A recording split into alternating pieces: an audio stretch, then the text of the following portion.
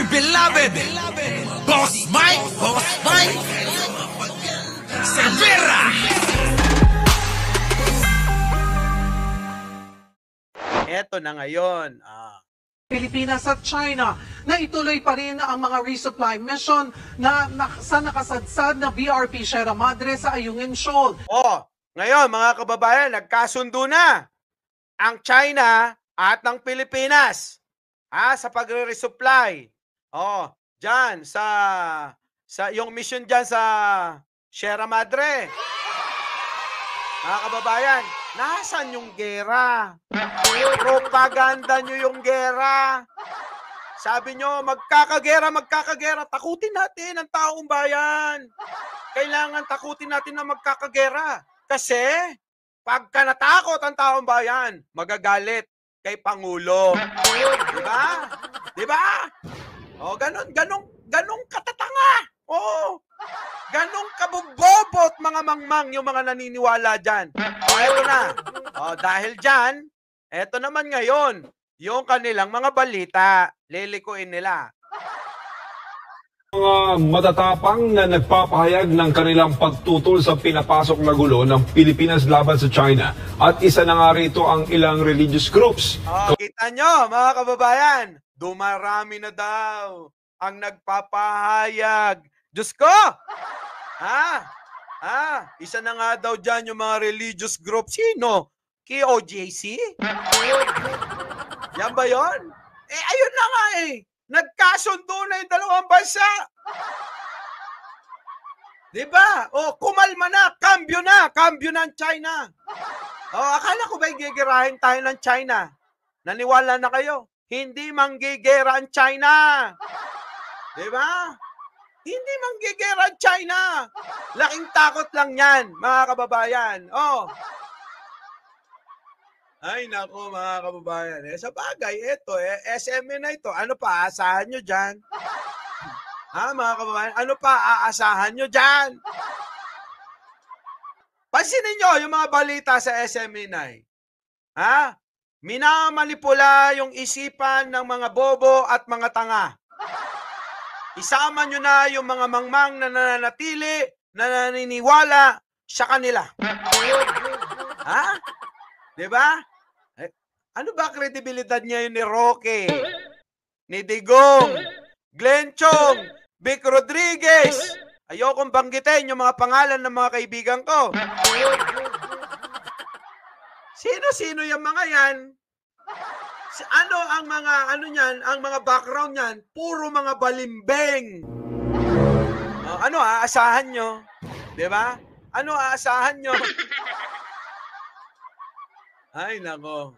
Tuloy mo nga bata.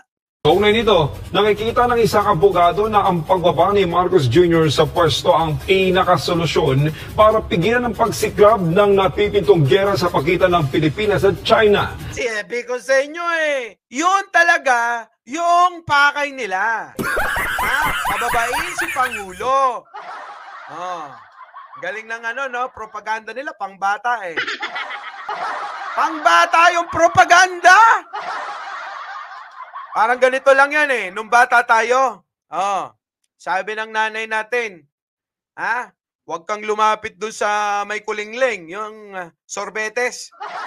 Yung sorbetero, di ba? Huwag kang lalapit dyan kasi ayaw lang tayong ibili. Huwag ka lumapit ka dyan. Naku!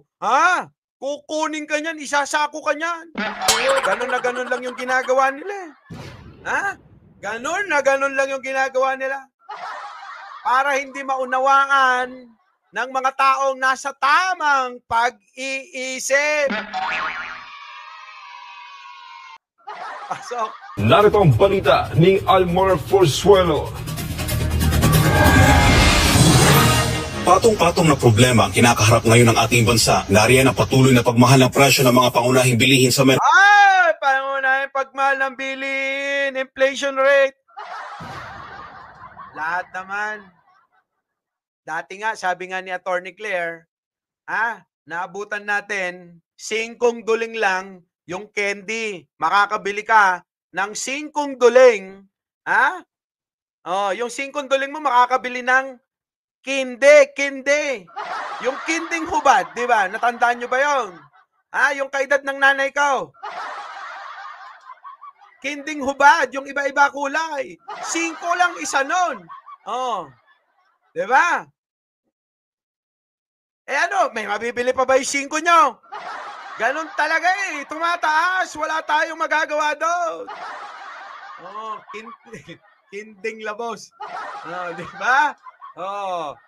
Mataas na singil sa tubig at kuryente at maraming iba pang sakit ng ulot pasanin sa ordinaryong Pilipino. Sa gitna ng araw-araw na pagsuong ng mamamayan sa tila pahirap na estado ng pamumuhay sa bansa ay heto't nakaamba pang... Yan sila magmanipula ng isip.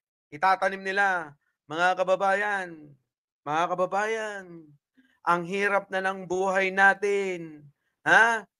Pahirap na tayo, mga kababayan. Sila lang ang yumayaman. Pera nyo ang ginagastos ng mga yan. Mga ganun, ganun pa sila o ganun. Diba? Ganyan sila magmanipula ng isip ng tao. Pero ang katotohanan, pasok. Luna ang Pilipinas at China na ituloy pa rin ang mga resupply mission na sa nakasadsad na BRP Sierra Madre sa Ayungin Shoal. Di ba? So okay na.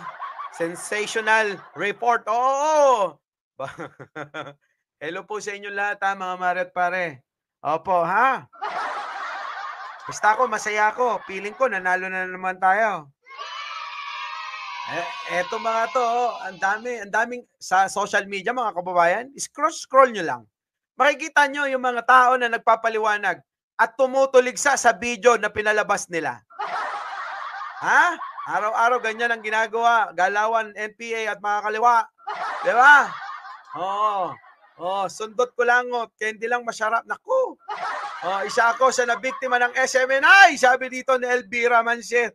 Sabi ko sa inyo medyo lawakan ng pag-iisip mga kababayan. Medyo mag-Google ba? Google. Diba? Diba? Okay na. Pero syempre, mga kababayan, hindi tayo bibitiw.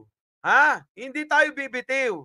Siya, ating karapatan dahil ang West Philippine Sea ay atin. Ayon mismo kay Pangulo yan, At ako naniniwala doon. At ako naniniwala din doon. Isa din ako na akala tunay ang serbisyo. Ayun na nga. Ano pa magagawa natin? Ganun talaga. Hindi ko naman kayo masisisi din Di ba? Isa din ako sa sumuporta sa SMNI dati. Ang science, ang tumaas, ang kaalaman, pero ang DD, mga bobo pa rin. Ganun talaga. Awan utak na kita. Sabi dito. Anyways, mga boss. So, eto pa, isa.